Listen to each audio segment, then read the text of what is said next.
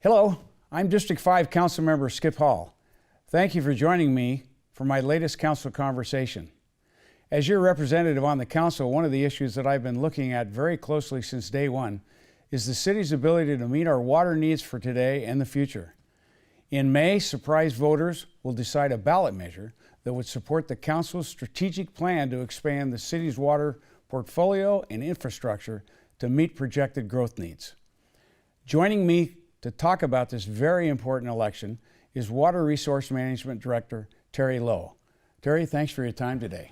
Thanks for having me, Councilmember Hall. So it's been about a year since we talked last, so could you remind us what your department does and how its role in Surprise's water future? Absolutely, sure. I would start out with just a quick fun fact. There are actually, in the incorporated and planning areas of Surprise, there are actually 11 other water providers, 11 total water providers, including Surprise. Wow. Not a lot of people know that, but no. So when I speak about Surprise Water, I'm kind of focusing on the Surprise business, the city business there. Right. So the Water Resource Management Department runs the water, the wastewater, and the stormwater utilities for the city of Surprise. And as the water resource operator, it's not only our responsibility to deliver clean drinking water to our customers, receive the wastewater, treat it, dispose of it properly. We're also responsible for the city's ensuring that the city's water is available for us to be able to treat and deliver. Mm-hmm. And just like any business that produces a product, they have to have access to the raw materials by which they can create their product. We're no different. We need to have the rights, the access to that raw water so that we can treat it and deliver it. So our water comes from the ground, but the rule in Arizona is if you're sourced from the ground, you actually have to put water back into the ground for every drop that comes out from a renewable supply. Mm-hmm. Renewable supplies consist of surface water, rivers, lakes, those types of things. Right. Or reclaimed water from wastewater treatment. So we have that as well. Okay. So we need to ensure that we have all of that so that we can continue to draw from the ground and deliver to our customers. Okay. So what is the state of water for Surprise's service area? Surprise's service area is actually pretty well healed right now. Okay. We have more supply water than we have demand at the present time, which is good. It allows us and it positions us to be thinking about the future. We store water for the future for when it's needed, but looking into the future, we recognize through our forecasts and through our modeling that we will be facing a deficit. And so it's to our betterment that we actually look to acquire new sources of water now so that when we come to those days that we're going to need it, and the challenges that could be facing us, we don't know. Those are kind of unknowns. We're not scrambling around. Exactly, and the cost that those could be. Yeah. We're ready for it. So we're working hard while we're in that positive state right now, that we're looking towards those days when we're going to be in a different situation. Right. So you mentioned the providers, Terry. The refresh our memories about who has what. Like EPCOR is a huge provider in Surprise, right? Currently, right? Absolutely. They have about 3/4 of the city. They've got from customer base. They do. Okay. Yes. And then the city of Surprise has about 20%. City Surprise is about a half of what they have as far as customer base. Okay. And then there are I brought a little prop that I meant to bring last time that we talked, and I can kind of give you an idea of what we're looking at as far as providers. So this is our service provider map. This has every color that's on the map here is a water provider and their territory. So as you can see, City Surprise service area currently is in the dark blue. EPCOR is in the green. But every place that is light blue is future Surprise service area. So when Surprise grows up and fills our entire planning area, we will be the main service provider for it. And so this kind of gives you an idea of the other providers in the area Again, we are not the largest. We're the second by both service area and customer base, but we're positioned to For the future, we're to gonna be be- the largest. And yeah. so we've got work ahead of us Okay. to do that. So Okay, very good. Thank you for that. So last year, the council approved a ballot measure seeking voter approval to give Surprise the ability to acquire one of those providers. What can you tell us about that and how it's going to affect our water Well, future? Absolutely. So on November 7th last year, Uh-huh. council authorized a ballot initiative for us to have an election to acquire one of these. Here, I'll pull up the map again. Yeah. Acquire this company way up here. Oh, okay. Known as Circle City Water. Okay. They're a small water company. They have about 170 customers. Okay. But along with their customer base, they also have a pretty significant cap allocation, which is a right to the Colorado River water. Okay. So more renewable water supply potentially for the city of Surprise. What that does, if we bring that into the fold under the city of Surprise, it actually increases our own cap allocation by nearly 40%. Okay. And what that means, again, is more renewable supply, more ability for us to replenish what we withdraw from the ground to be able to meet future Okay. demands Okay.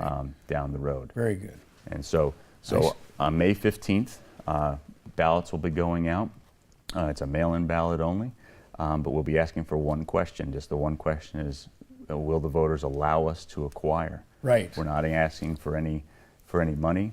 We intend to purchase to fund the purchase of the acquisition through sales of our portfolio assets. And so Okay. any rate increases or tax increases that occur will not be the result. It won't be of- related to this. That's correct. Because that's one of the big questions. How's it going to affect my rate? Absolutely. And if you're in the Surprise water area, I mean, EPCOR doesn't have anything to do with this, so they're their own That's water correct. provider, they're their own business. But from Surprise, City of Surprise being a provider, Yep. those people that fall in that Surprise area, All residents are in a position where they can help shape our water future. All residents, regardless of your water provider. right? And in essence, we get more water for Surprise. You saw we are going to be the largest in the city. So as we go, the city goes as well. And Right. So that Okay. will be beneficial. You know, Terry, there's another thing I wanted to ask you about, and it's not it's not really related to this directly, and that is the governor has a water group that he's appointed to look at all aspects of water.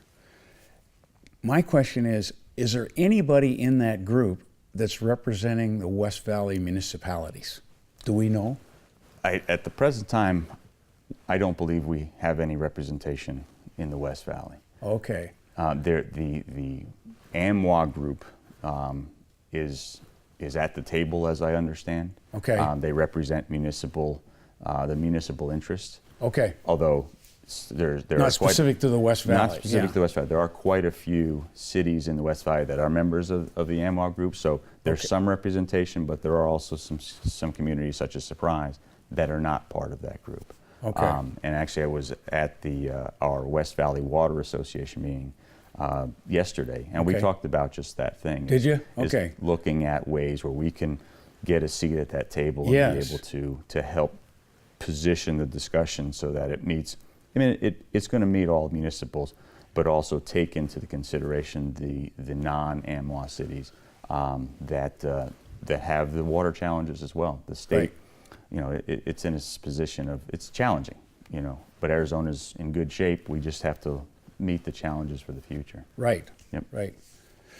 So is the Water Resource Management Department working on anything else you'd like to tell our residents about? Oh, well, we're always looking at ways where we can be as efficiently, work and operate as efficiently as possible.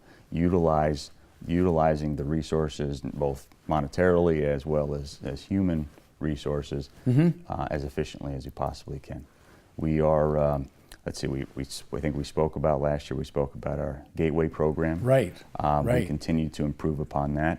We have projects on the books that are kind of a cross between they're a utility project, but they're also an operations project to help us, again, be more efficient. Right. We have a solar biosolids drying project, which our goal is to utilize the nice Arizona sun to dry wet biosolids that we take to the landfill, reducing that cost. Reducing the weight. The weight, which Because we pay reduces by our weight, cost. right? We pay by weight, we ship by weight, we tip by weight, yes. Yes. Absolutely. And the Gateway project, just for residents that are tuning in that didn't see the last year's Yep. interview, Gateway is a partnership Yes, between us and, the Surprise Gateway Training Center. We built the facility, it's a city facility, but we partner with Gateway Community College. Gateway Community College is the administrator of the water and wastewater operations certification. So when anyone who wants to get into that field has to become certified. okay, Gateway administers that on behalf of the state, all levels. And so they were looking for some West Valley presence. We were in communications with them early, and things worked out that they now teach those certification classes outside of their home On your campus, campus, on the campus. on our campus. Yeah. As well as the great. goal is to expand their curriculum in the water wastewater technology program that they have into the West Valley, giving students after they graduate high school an opportunity That's great, Terry. to learn right on our campus, immersed with professionals right on our campus. super. Yep. Great information. Thank you, Terry. Thank you, sir. I encourage everyone to exercise their voice and vote in this mail-only ballot election. On your screen, you will see the election timeline dates and voter registration information. Ballots will be mailed to registered voters beginning on April 25th. Here are the meeting dates for you to come out and learn more about this water election. Our city clerk's office is a great resource should you have any election-related questions. And of course, feel free to reach out to me should you have any questions about this or any topic related to our great city. If you aren't already signed up for my weekly newsletter, here are the details of where you can sign up.